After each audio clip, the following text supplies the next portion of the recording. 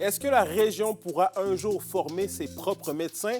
Et quoi comprendre des récents échanges des Huskies et des Foreurs en marge du repêchage de la LHJMQ? Voilà les questions qu'on s'est posées pour vous.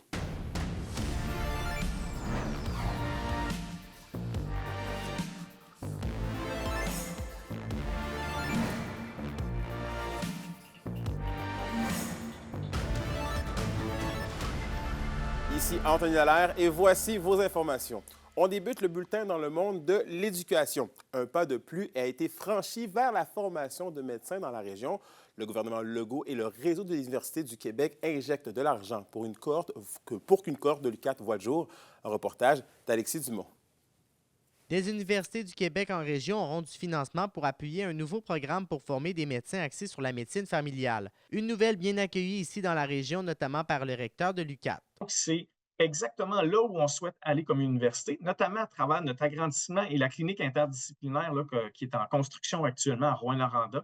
C'est de travailler de manière beaucoup plus holistique. Donc, le programme du réseau de l'Université du Québec se veut également un programme beaucoup plus holistique que ce qui existe actuellement dans les facultés de médecine. La Fondation de l'Université du Québec injectera 2 millions et le gouvernement provincial, lui, 350 000 $. Ça fait quand même au moins un an qu'on travaille ce dossier-là avec les revendications de l'Université du Québec au niveau de M. Vincent Rousson. Donc, ce n'est pas quelque chose là, qui arrive comme ça du jour au lendemain, c'est quelque chose qui se travaille depuis un certain temps.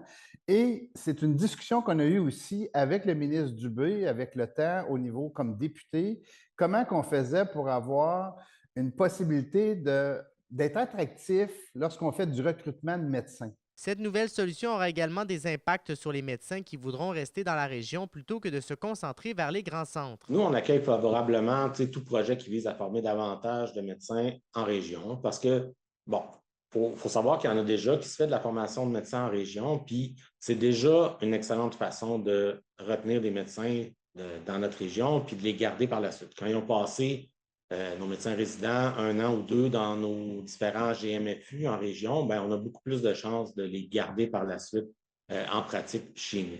L'UQAT s'attend à ce qu'une période de préparation soit nécessaire dans les prochaines années. Une première cohorte pourrait cependant voir le jour d'ici 4 à 5 ans. Alexis Dumont, RNC Nouvelles. Et dans le monde judiciaire, la Sûreté du Québec recherche de possibles victimes qu'aurait fait un homme de 20 ans d'Amos. Esteban Lamotte a été arrêté après des délits de nature sexuelle. Il a comparu la semaine dernière sous des chefs d'accusation comme agression sexuelle, contact sexuel et leurre informatique sur des enfants de moins de 14 ans. Et depuis, il est toujours incarcéré. Il faut le dire qu'il avait eu des accusations semblables en septembre dernier et que l'enquête démontre qu'il aurait pu faire d'autres victimes. Maintenant, on revient sur cet acte sexuel survenu en plein jour sur la 3e avenue à Val-d'Or l'automne dernier et qui avait fait couler beaucoup d'encre sur les réseaux sociaux. L'un des co-accusés dans l'affaire, Jérémia Trapper, écope d'une peine de 2 mois de prison. La sentence a été négociée entre la couronne et la défense à l'intérieur d'autres accusations en lien avec des événements comme voies de fait, menaces et vols. Le juge a souligné les nombreux antécédents de l'accusé liés le plus souvent à des problèmes d'alcool. L'autre co-accusé dans l'histoire, une femme, ne se présente pas à la cour et n'a pas encore de date de procès. Et au culturel, les élèves des écoles primaires de Rouyn-Noranda vous invitent ce soir au visionnement de leur projet Stop Motion. Ce sont les élèves de Notre-Dame-de-Grâce et Entre-Lacs qui travaillent depuis plusieurs mois sur la création de courts-métrages en stop motion, une technique d'animation qui consiste à animer des projets réels, des objets réels en prenant une série de photos fixes légèrement modifiées entre chaque prise. Le visionnement a lieu à 18 h aujourd'hui au Petit Théâtre du Vieux-Noranda et c'est gratuit.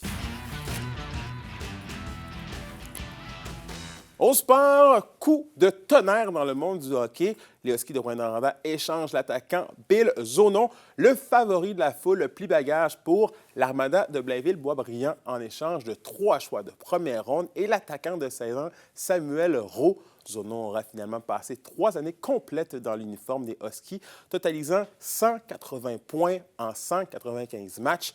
Bill sort justement de sa meilleure saison en carrière avec 83 points et se positionne comme l'un des 3 joueurs québécois les mieux classés en vue du repêchage de la LNH. Une première pierre de poser donc dans la reconstruction de la Meute après un cycle gagnant de 2 ans. Premièrement, c'est pas une décision facile à prendre. C'est des décisions que tu prends avec le temps. Même depuis l'année passée, on était pour regarder les options avec Bill. Bill nous a apporté beaucoup, mais en même temps, il faut penser aussi à court, moyen et long terme. Donc, le fait d'être capable d'aller chercher 3 choix de première ronde, puis un excellent joueur également. Donc, ça définit la valeur de Bill, en fait. C'est ça, on essaie de maximiser le plus qu'on peut quand on fait un échange. Donc, on est vraiment content d'aller chercher 3 choix de première ronde pour être capable de préparer le futur.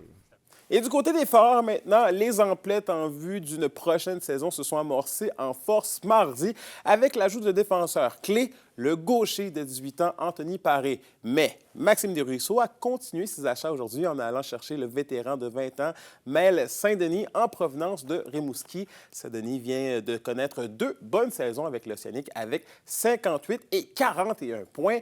Selon le directeur général, les Foreurs étaient prêts à franchir la prochaine étape de leur cycle.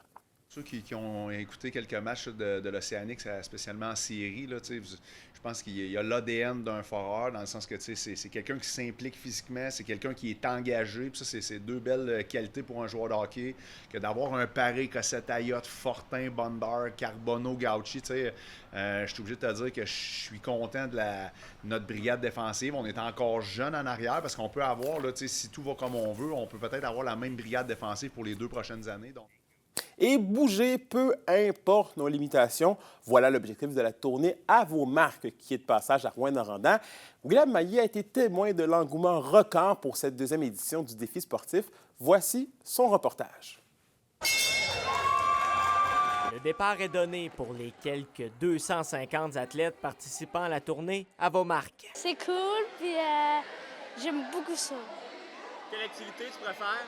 Le golf. J'ai 2 médailles d'or. J'ai une médaille d'or de l'année passée, puis j'ai une médaille d'or de 2e dans la course. L'organisme Altergo, basé à Montréal, fait le tour des régions pour organiser des compétitions sportives adaptées aux personnes ayant une limitation fonctionnelle. Au niveau social, des fois, de voir d'autres gens qui ont les mêmes limitations, ça fait du bien. Donc, c'est le fun de voir qu'on n'est pas seul. Les gens qui sont venus l'année dernière se sont pratiqués toute l'année pour venir, pour performer à la compétition d'aujourd'hui. Puis en même temps, on voit que le besoin est là. Les gens répondent, les gens viennent. Après un premier passage à Val-d'Or l'an dernier, la tournée À vos marques donne à nouveau l'occasion aux participants de se dépasser. Comme le jeune Mathis, qui a eu sa première médaille à vie l'an passé et en vise une 2e cette année. Parce que j'ai un, mais d'avoir un 2e, mais que moi fini la course. Tu es un bon athlète? Oh, oui! Cette île sera le prochain et dernier arrêt pour Altergo cette année et elle aura beaucoup à faire pour réussir à égaler l'enthousiasme de la région en lien avec l'événement. Aujourd'hui, on est à 250 participants. C'est le record ultime de la tournée À vos marques pour une ville. Donc, à chaque année, l'événement grossit. Donc, on est vraiment content des résultats. Avec cette édition record, les organisateurs confirment déjà qu'ils seront de retour en Abitibi-Témiscamingue l'an prochain. Reste juste à voir quelle ville accueillera la 3e édition. William Maillet, RNC Nouvelles, Rouyn-Noranda. Et à la météo de l'Abitibi-Témiscamingue pour ce soir et cette nuit, c'est dégagé pour tous les secteurs avec un ennuagement possible au courant de la nuit. Les minimums seront de 9 degrés Celsius pour l'Abitibi et de 11 pour le Témiscamingue. Pour la journée de demain, une alerte de mauvaise qualité de l'air est en vigueur pour vendredi matin. En Abitibi, ce sera généralement nuageux pour tous les secteurs, maximum entre 22 et 23 degrés Celsius. Et finalement, en aperçu pour samedi, c'est du soleil avec des maximums entre 22 et 21 degrés Celsius. Et voilà, c'était vos informations régionales. Merci encore une fois d'avoir été des nôtres. Nous, on se dit bien évidemment à demain pour la suite des choses. D'ici là, prenez soin de vous.